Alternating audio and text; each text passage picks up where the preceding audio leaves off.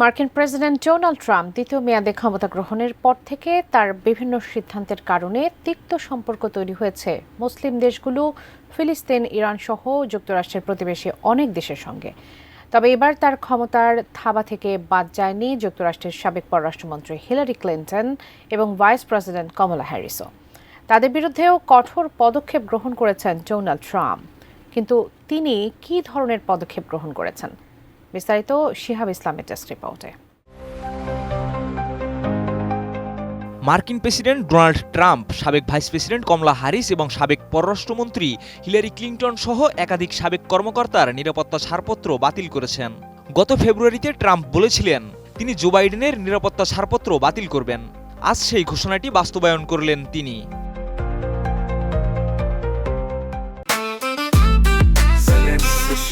জেনেক্সে shift করো, লাইফকে lift করো।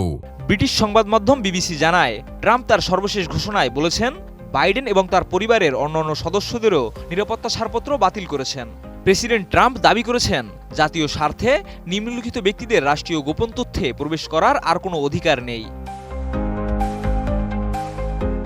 এছাড়া সাবেক পররাষ্ট্রমন্ত্রী অ্যান্টনি ব্লিংকেন, সাবেক রিপাবলিকান আইন প্রণেতা লিজ চ্যানি, অ্যাডাম কিনজিঞ্জার এবং প্রথম ট্রাম্প প্রশাসনের রাশিয়ান বিষয়ক উপদেষ্টা ফিওনা হিলো এই তালিকায় স্থান পেয়েছেন।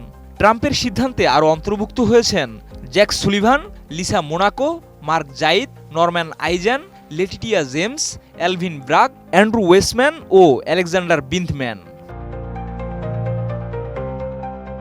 এর আগে ট্রাম্প 4 ডজনেরও বেশি সাবেক গোয়েন্দা কর্মকর্তার নিরাপত্তা ছাড়পত্র বাতিল করেছিলেন। তিনি অভিযোগ করেছিলেন এসব ব্যক্তিরা 2020 সালের নির্বাচনে বাইডেনের পক্ষে কাজ করেছেন।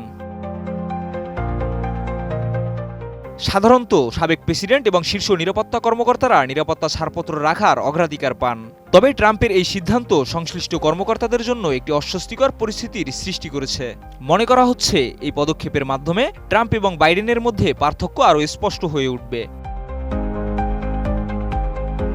তবে এই ধরনের নিরাপত্তা ছাড়পত্র বাতিলের বিষয়টি 2021 সালে প্রথম শুরু করেন তৎকালীন প্রেসিডেন্ট জো বাইডেন, যিনি ট্রাম্পকে অস্থির আচরণের ব্যক্তি হিসেবে উল্লেখ করে তার নিরাপত্তা ছাড়পত্র বাতিল করেছিলেন।